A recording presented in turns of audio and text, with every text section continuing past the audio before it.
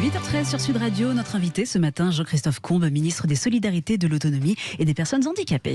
Bonjour Jean-Christophe Combe. Bonjour. Et merci d'être avec nous ce matin sur Sud Radio. Alors parmi les sujets que l'on va évoquer, faut-il sanctionner les parents après les émeutes que le pays a connues? Jean-Luc Mélenchon qui dénonce la jonction dans les faits entre Macron et l'extrême droite, ou encore la prise de parole attendue justement du président de la République après son silence du 14 juillet. Mais d'abord, la canicule qui touche l'Europe. La France n'est pas épargnée. Les températures pourraient atteindre, je le disais tout à l'heure, les 40 degrés dans le sud-est demain et mercredi. Est-ce que le pays est prêt déjà à faire face à cette nouvelle vague de chaleur? Canicule, vague de chaleur, de quoi parle-t-on d'ailleurs exactement?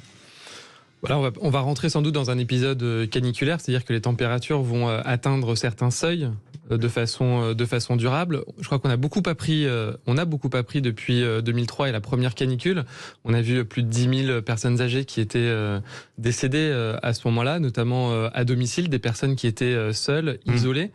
Et donc on a appris à faire de la prévention, à diffuser les bons gestes. Voilà, quand il fait chaud, le principal risque pour les personnes fragiles. C'est important de les rappeler, ces gestes-là, parce qu'on les répète, mais voilà quoi. C'est important aussi de les marteler, ces conseils. Il faut les marteler parce que c'est à la fois quelque chose de courant qu'on rappelle systématiquement, mais qui sont vraiment très utiles pour éviter les coups de chaleur, pour éviter la déshydratation. C'est les principaux risques auxquels sont soumis les personnes âgées. Donc il faut boire, il faut garder son logement, son habitation au frais le plus possible. Il faut rester aussi en lien, ça c'est important quand on est à domicile. Et aujourd'hui, les communes, les CCAS font un travail formidable pour repérer et pour pouvoir garder le lien avec les personnes âgées à domicile, surtout dans cette période estivale où les familles partent aussi en vacances. Donc il y a beaucoup plus d'isolement. Et donc les communes vont appeler ces personnes pour prendre de leurs nouvelles, pour leur rappeler en fait ces gestes. C'est ce qu'on appelle le fichier canicule. Le fichier canicule qui est rempli depuis, ça fait une vingtaine d'années maintenant. On continue à le faire. On a mobilisé d'ailleurs des jeunes en service national universel pour renforcer ces fichiers. On a mobilisé dans le cadre d'une expérimentation La Poste, le groupe La Poste, qui va aussi, lorsqu'il va distribuer le courrier chez les personnes pour repérer des cas d'isolement ou de fragilité particulière. Et donc c'est extrêmement important. Et puis il y a toutes les personnes âgées qui sont en établissement. On a combien de personnes actuellement en France à peu près sur ce fichier canicule qui sont suivis du coup régulièrement? C'est plutôt, on a une idée? Plusieurs centaines de milliers, j'ai pas le chiffre exact. C'est pas suffisant, il faut qu'on continue à le mobiliser. D'ailleurs, il y a des mesures dans la proposition de loi sur le bien vieillir qui est en examen actuellement à l'Assemblée nationale pour pouvoir avoir des outils pour le renseigner, notamment récupérer les fichiers des départements pour ceux qui bénéficient de l'aide personnalisée à l'autonomie ou de la prestation pour la compensation du handicap, parce qu'il y a aussi des personnes handicapées qui sont en difficulté. Donc je disais aussi en établissement. Aujourd'hui, les établissements comme les EHPAD, ils sont mobilisés. Il y a des pièces rafraîchies dans chacun de ces établissements. Là aussi, on passe des consignes, on mobilise des professionnels. Dans un contexte où on a une pénurie de professionnels, c'est important de pouvoir mieux coordonner. Pénurie de professionnels, et puis en plus, vous l'avez dit, on est en plein été. Certains sont aussi partants en vacances. C'est difficile de mobiliser du personnel dans ces cas-là? Eh bien, on essaye de les inciter à rester. On a mis en place un régime de primes exceptionnelles aussi pour permettre aux professionnels de rester, de mieux les valoriser. On va mobiliser aussi les professionnels libéraux sur les territoires. On va embaucher pendant l'été des jeunes qui font leur scolarité dans les métiers du soin et de l'accompagnement. Voilà, les étudiants infirmiers, par exemple. On va rappeler aussi des professionnels qui sont en retraite pour pouvoir assurer cette continuité et protéger nos aînés dans les établissements. On va, c'est-à-dire que c'est ce que vous allez faire ou c'est ce que vous faites déjà? C'est ce qu'on fait déjà. Ça fait plusieurs mois déjà qu'on prépare en fait cet été, qu'on prépare la mobilisation de l'ensemble des professionnels aux côtés des personnes âgées pour justement essayer de passer cet été. De toute façon, on le sait depuis 20 ans, avec le changement climatique, ces épisodes de chaleur, ils vont être plus intenses, ils vont être plus fréquents, et donc on doit quelque part se préparer à des étés qui seront de plus en plus difficiles. Et pourtant, on a des températures normales pour un été. C'est ce qu'a indiqué un autre ministre, en l'occurrence Marc Fesneau, le ministre de l'Agriculture, ce week-end. Ça a beaucoup fait réagir. C'est pas difficile d'entendre justement de tels propos quand vous êtes justement en train de faire de la prévention sur la question de la canicule? Je pense effectivement qu'il ne faut pas normaliser cette situation. Elle est très grave, très intense. On ne sait pas comment les choses vont évoluer. Voilà, on peut dire hier il faisait moins chaud que d'habitude. Non, la réalité c'est que on bat des records depuis des mois et des mois. On a eu le mois de juin le plus chaud dans l'histoire de notre planète. On voit bien que là, en Europe du Sud et dans le sud de la France, on est en train de battre aussi des records de température. C'est très inquiétant. Il faut qu'on reste tous mobilisés auprès, encore une fois, des personnes qui sont isolées, âgées, à domicile ou auprès des EHPAD. Je salue d'ailleurs aussi dans cette période la mobilisation de tous les bénévoles, des associations qui luttent là aussi contre l'isolement social. Je pense aux Petits Frères des Pauvres, je pense à la Croix-Rouge, je pense à des associations qui viennent en aide aux personnes âgées à domicile. Donc c'est-à-dire que Marc Fesneau commet une erreur là-dessus en termes de communication en prononçant cette phrase-là? Je ne sais pas si Marc Fesneau a commis une erreur, je ne sais pas ce qu'il voulait dire lorsqu'il a dit ça. La réalité, c'est que moi, je pense que la situation, elle est grave, qu'il faut qu'on fasse attention, que les personnes, il faut qu'elles soient protégées, il faut qu'on fasse attention à elles, il faut qu'on soit mobilisés collectivement dans cette période où il y a un risque grave, comme je le disais, de déshydratation, de coups de chaleur pour des personnes fragiles. Sur la question de la canicule, dernière question en l'occurrence, sur la rénovation thermique aussi des bâtiments, c'est quelque chose de primordial, j'imagine, notamment pour les EHPAD. On en est où aujourd'hui à ce niveau-là ? On accélère, on a débloqué dans le cadre du Ségur de la Santé, il y a depuis 2 ans plus de 2 milliards d'euros pour rénover les bâtiments, pour assurer une meilleure sécurité, mais aussi une meilleure performance énergétique. On a équipé tous ces établissements de pièces rafraîchies pour pouvoir permettre là aussi aux personnes de venir se reposer à leur corps, de se reposer pendant la journée, et on continue. C'est des investissements qui sont très lourds et qu'on va continuer à soutenir. 8h20 sur Sud Radio, Jean-Christophe Combe, je rappelle, ministre des Solidarités et de l'Autonomie. Les personnes handicapées, venons-en aux nuits d'émeutes qui ont touché la France après la mort de Naël. Une partie de la droite et du RN réclame la suppression des allocations familiales pour les parents de délinquants. C'est une position que vous ne partagez pas aujourd'hui ? Moi, je suis totalement défavorable pour 3 raisons. La première, c'est que je ne vois pas pourquoi on pénaliserait l'ensemble d'une famille alors que un de ses enfants aurait commis des actes répréhensibles. Je condamne effectivement de façon totale ces actes. Je pense que par ailleurs, la plupart de ces familles, elles vivent déjà des situations de pauvreté, et donc ça serait rajouter de la misère à la misère et mettre en difficulté à nouveau ces familles.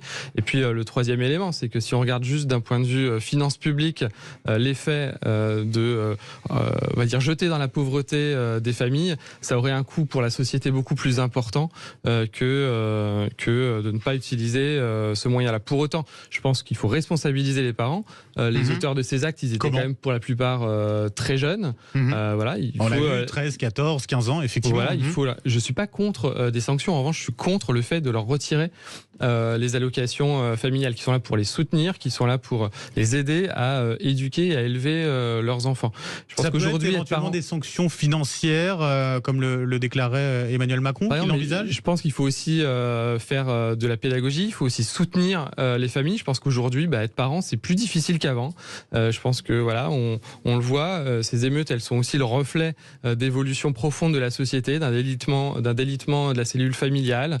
Les écrans aussi ont beaucoup joué sur les relations entre les parents et les enfants, et il faut aider ces parents à assumer leur rôle de parents. Donc moi je suis favorable par exemple pour des parents dont les enfants auraient commis encore une fois des actes répréhensibles, de les soumettre à un stage de parentalité pour pouvoir les aider à être parents. C'est ce qui a été évoqué par votre gouvernement. Ça pourrait prendre quelle forme et quel horizon ? Une obligation, ça pourrait être fait très très vite. On est en train de regarder les propositions et de pouvoir les mettre en œuvre dès la rentrée prochaine. Après, il faut trouver des professionnels aussi pour accompagner les parents. Je pense qu'il y a aussi un sujet.